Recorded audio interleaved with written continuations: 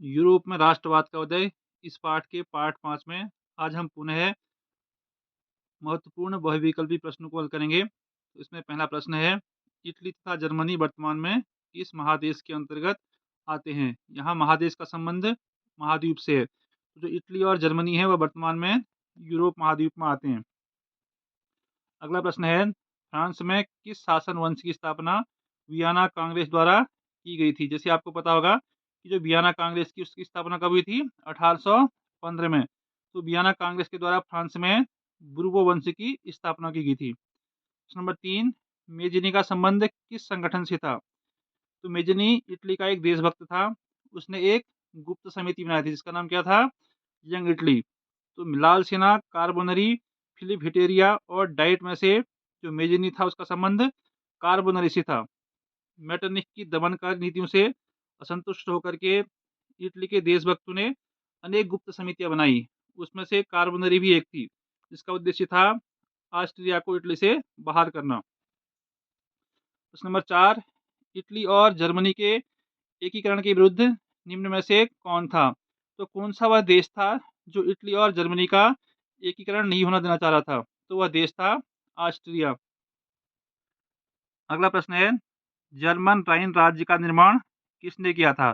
तो जो जर्मन राइन राज्य था उसका निर्माण नेपोलियन बोनापार्ट के द्वारा।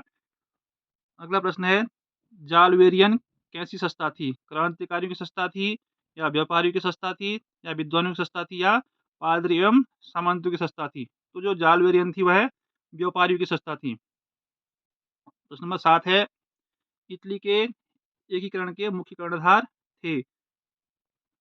इटली के एकीकरण में 4 लोगों ने मुख्य रूप से भूमिका निभाई थी। उनमें थे गैरिबाल्डी, काबूर, मेज़नी और एक व्यक्ति और थे, उनका नाम था विक्टर इमैनुअल। जो मेज़नी थे उन्होंने इटली की आत्मा, गैरिबाल्डी ने तलवार, काबूर ने मस्तिष्क और जो विक्टर इमैनुअल थे उन्होंने इटली का शरीर बनकर इटली का एकीकरण किया था। तो इसका सही आंसर होगा उपरोक्त सभी। प्रश्न नंबर 8, जो किसान दासों की भांति काम करते थे वे कहलाते थे? सुदास कहलाते थे, या अदास कहलाते थे, या भूदास कहलाते थे, या उदास कहलाते थे? तो इसका सही ऑप्शन होगा भूदास। अगला प्रश्न है, द स्पिरिट ऑफ लॉज किसकी रचना है? स्पिरिट ऑफ लॉज का हिंदी नाम है कानून की आत्मा। तो जो स्पिरिट ऑफ लॉज है वह मॉन्टेस्क्यू के द्वारा लिखी गई थी। तो इसका सही आंसर होगा मॉन्टेस्क्यू। अगला प्रश्न है, मेटरनिख कौन था? मेटरनिख ऑस्ट्रेलिया का चांसलर था, या फ्रांस का सम्राट था, या रूस का जार था, या पर्सा का चांसलर था? तो इसका सही आंसर होगा ऑस्ट्रिया का चांसलर। अगला प्रश्न है, सेडोवा का युद्ध कब और किसके बीच हुआ था? जो सेडोवा का युद्ध था वह 1866 में हुआ था, पर्सा और ऑस्ट्रिया के बीच में, जिसमें ऑस्ट्रिया की पराजय हुई थी और पर्सा की जीत हुई थी। अगला प्रश्न है, सेडान का युद्ध कब और किसके बीच हुआ था? जो सेडान का युद्ध था वह 1870 में हुआ था, पर्सा और फ्रांस के बीच में। इसमें फ्रांस की पराजय हुई थी। प्रश्न नंबर 13 है, इटली का एकीकरण कब पूरा हुआ था? जो इटली का एकीकरण था वह 20 सितंबर 1870 को पूरा हुआ था। इसमें मेस्जीनी हो गया, गैरिबाल्डी, काबूर और विक्टर इमैनुअल ने महत्वपूर्ण भूमिका निभाई थी। प्रश्न नंबर 14, जर्मनी का एकीकरण कब पूरा हुआ था? जो जर्मनी का एकीकरण था वह 10 मई 1871 को पूरा हुआ था।